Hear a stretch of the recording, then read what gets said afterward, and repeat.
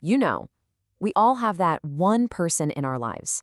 They're the one who feels like an anchor in a storm, right? The constant in a world that feels, well, pretty chaotic most of the time. But what if that incredible stability isn't just a personality trait? What if it's actually a skill you can learn? It's a fantastic question to chew on. When everything is up in the air, they just aren't. They're steady, they're predictable in the best way, and they're deeply connected.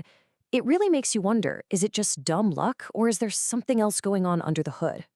Well, here's the thing. It's not luck at all, not even close. It's actually the result of very specific, very practiced habits that literally, and I mean literally, wire their brain for emotional stability and for creating these really deep, authentic connections.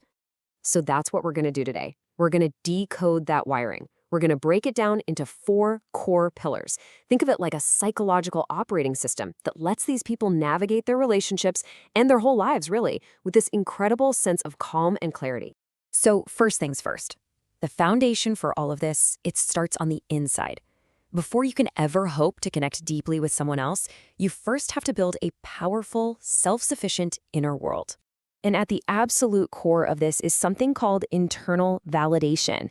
So instead of constantly chasing approval from the outside, likes, praise, whatever, their sense of value comes from within. They have their own standards, and that's what makes them so stable. Their self-worth isn't bouncing around based on what other people think that day. And you see this play out in a really fascinating way. It's not that they're antisocial or anything. It's that they prioritize real, authentic connection over just superficial attention.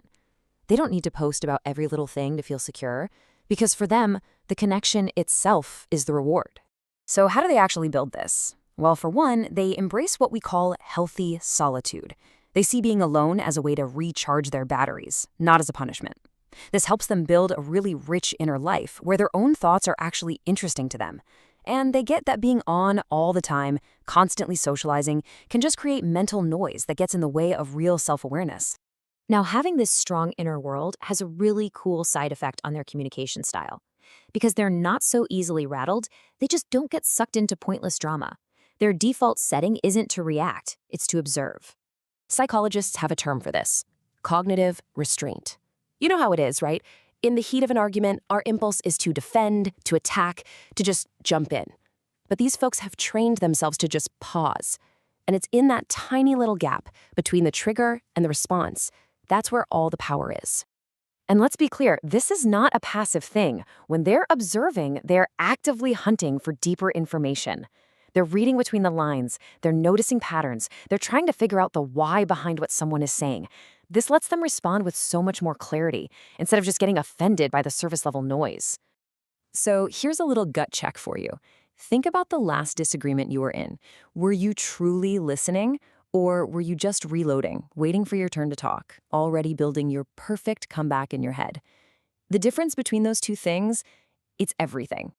Okay, so if the goal isn't just to react, then what is it? And that brings us right to our third pillar. For people who are deeply connected, the whole point of a conversation isn't to win, it's to get closer to the truth. And the difference here is just, it's night and day. An ego-driven argument, that's a battle. Your identity's on the line and you have to win. But a truth-seeking dialogue, that's a collaboration. It's a problem you're solving together. The goal isn't to prove you're right, it's to figure out what is right. Now, this takes a very specific kind of mindset. It means you value being authentic more than you value being liked. It means having the intellectual humility to say, you know what, I don't know. They steer clear of that classic trap of arguing with a ton of confidence, but not a lot of knowledge.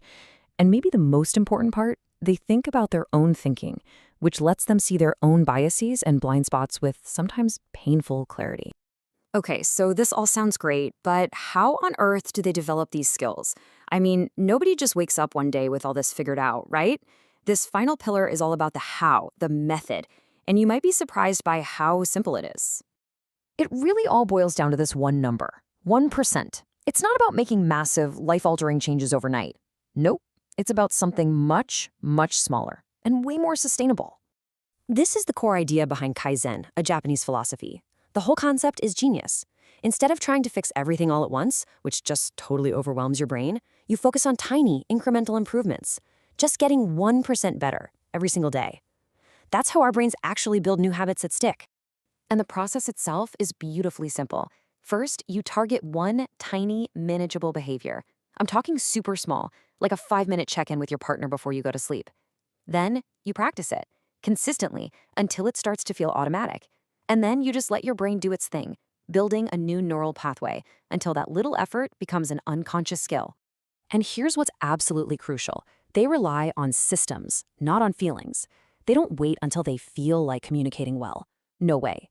They create simple rules for themselves, like a power down rule. No heavy topics a couple hours before bed. They also listen to their body's signals. These little systems make sure they keep making progress, even on days when they're not feeling motivated at all. So, you see, when you put it all together, that strong inner world, observing before you react, aiming for truth instead of ego, and that commitment to tiny daily growth, you don't just get a list of nice traits.